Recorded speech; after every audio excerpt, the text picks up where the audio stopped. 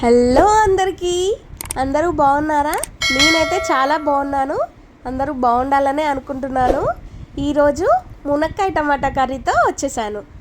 మునక్కాయ టమాటా కర్రీ ఎలా చేసుకోవాలో చూసిద్దాం. ముందుగా స్టవ్ వెలిగించి స్టవ్ పై ఒక బాండీ పెట్టేసి అందులో కొద్దిగా నూనె వేసి నూనెను కాస్త వేడెక్కనివ్వండి.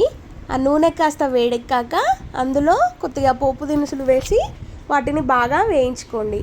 అవి కాస్త వేగాక అందులో ముందుగా కట్ చేసి పెట్టుకున్న ఉల్లిపాయ ముక్కల్ని వేసి వాటిని బాగా దోరగా వేయించండి. ఉల్లిపాయ ముక్కలు కూడా వేగిపోయాక అందులో కొద్దిగా కరివేపాకు, అల్లం వెల్లుల్లి పేస్ట్ వేసి కలుపుకొని పచ్చివాసన పోయే వరకు వేయించుకోండి. అది కూడా వేగిపోయాక అందులో కొద్దిగా పసుపు వేసి ఒక 2 నిమిషాలు కలుపుకొని మగ్గనివ్వండి.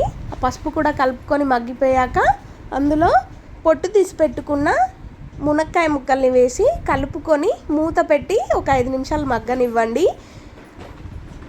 అవి కాస్త మగ్గిపోయాక అందులో ముందుగా కట్ చేసి పెట్టుకున్న టమాటా ముక్కల్ని కూడా వేసి వాటిని కూడా ఒక 5 నిమిషాలు మగ్గనివ్వండి. టమాటా ముక్కలు మొత్తం వాటర్ అంతా రిలీజ్ అయిపోయి మొత్తం మెత్తగా అయిపోతాయి. ఆ వాటర్ మొత్తం ఇంకిపోయాక అందులో రుచికి సరిపడా కారము, ఉప్పు వేసి కలుపుకొని మూత పెట్టేసుకొని ఒక 2 నిమిషాలు మగ్గనివ్వండి. ఈ స్టేజ్లో కారం పచ్చివాసన పోతుంది.